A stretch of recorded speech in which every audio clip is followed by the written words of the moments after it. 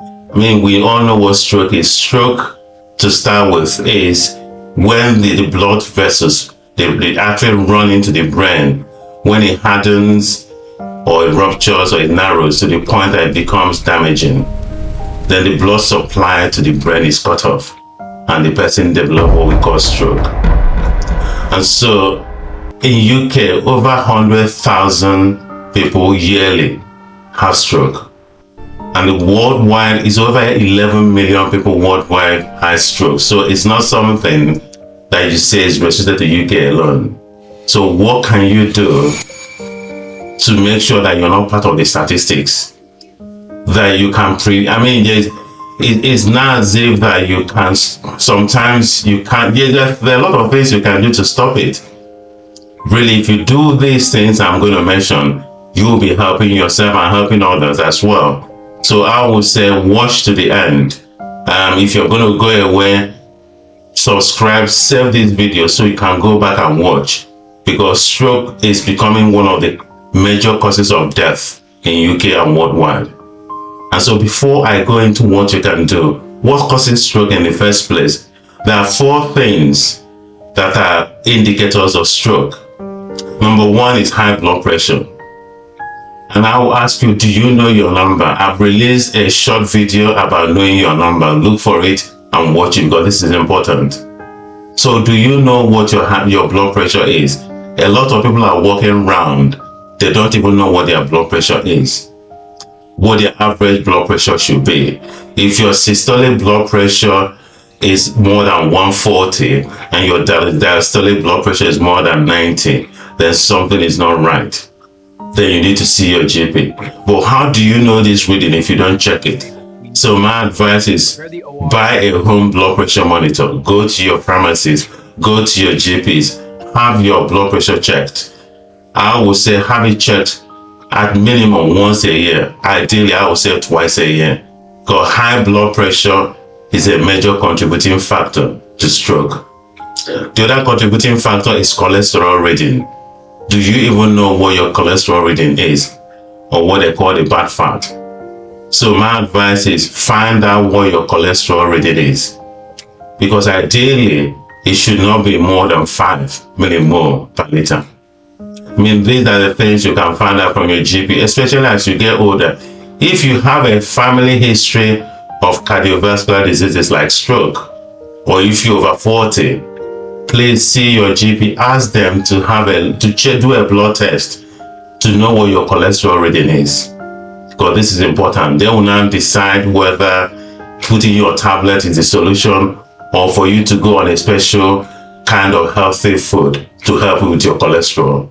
But that will be decided by your hospital doctor or your GP or your primary healthcare doctor. The third thing is diabetes. Again, do you know what your blood sugar reading should be? Diabetes is something that is also a silent killer. I said these conditions I'm mentioning: high blood pressure, diabetes, cholesterol. These are the things that can go high without you knowing it. So what is your diabetes reading? What is your random blood sugar? Again, see your GP, because any reading above 5 millimole per liter or random reading that is above 6 millimole per liter, that's not a good reading. So I would say try and see your GP. Try and have a routine check, because sometimes there are things you can do to manage your diabetes. The final thing is your heartbeat.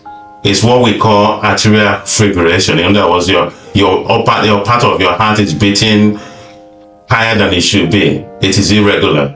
Those are the things that can also give you stroke. So these 4 things I've mentioned can be a causative factor to stroke. So make sure you know them.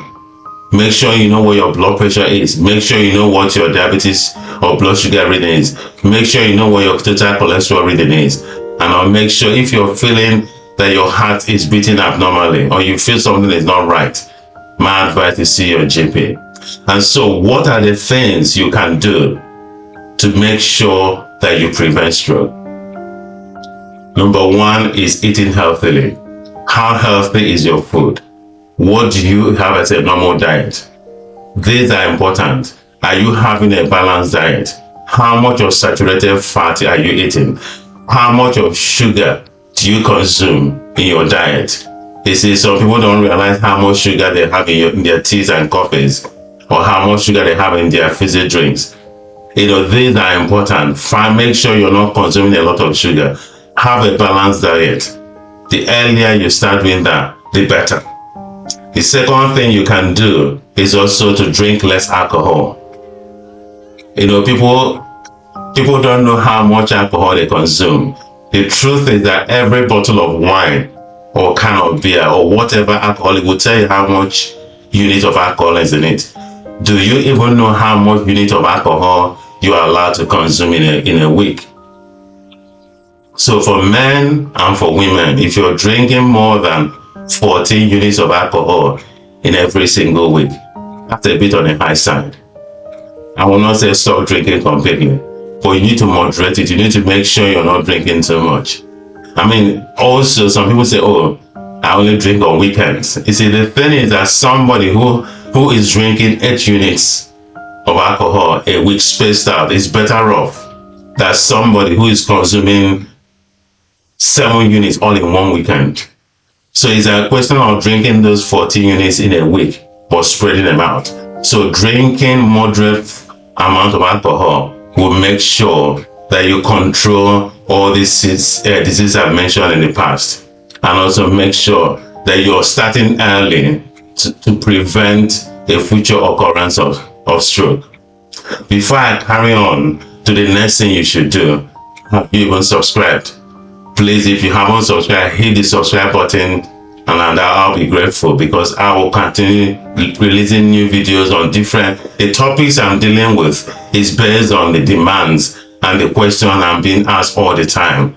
So also, it's not just you subscribing, please share with somebody, because you might be saving a life. What is the third thing you should be doing to avoid having stroke? Is smoking. You see, people smoke, people say, oh, I can stop whenever I like. So why can't you stop? Smoking is something that I just feel you don't have to do. You don't have to. There's no. I know it's difficult, but the truth is that stopping smoking requires a lot of willpower and encouragement. So maybe you've tried in the past and you have failed. Nothing stops you from trying again. You don't have to wait till January or till New Year and to say, oh, it's part of my resolution. Even when you start in the new year and you fail, still try again. Because smoking, the nicotine and all the stuff you find in smoking is not good for your arteries. It doesn't help with your cardiovascular health. So stopping smoking is something you can do to improve your cardiovascular health. And so stopping smoking is very important. The fourth thing you can do is to be physically active. So be it going for a walk, or going for a run or exercise, or going for Zumba, or going for Pilates. These exercises are good. Aerobic exercises are better. Things like cycling or swimming, those are great. But exercise is something you cannot go wrong with. And sometimes when we talk about exercise, people think of something very big, which is great. But whatever you can do to get your heart pumping. Remember that exercise is about something that will get your heart pumping. The average of 150 minutes of exercise a week can go a long way. See, when you do exercise, you're doing two things. You're not only helping your heart, but you're helping your weight. So because when you do exercise, you also have to burn a lot of fat depending on the type of exercise. So exercise is great for you, and it's something else you can do. So you can make sure that you prevent the possibility of cardiovascular event or stroke. What is the final thing you can do to stop being part of the statistics of stroke? The final thing is regular health check, like I mentioned before. So the thing is that I've known a lot of people who have high blood pressure. They never even knew it until they have stroke. Or some people, they went into hospital for a different thing and they checked their blood pressure and it was so high.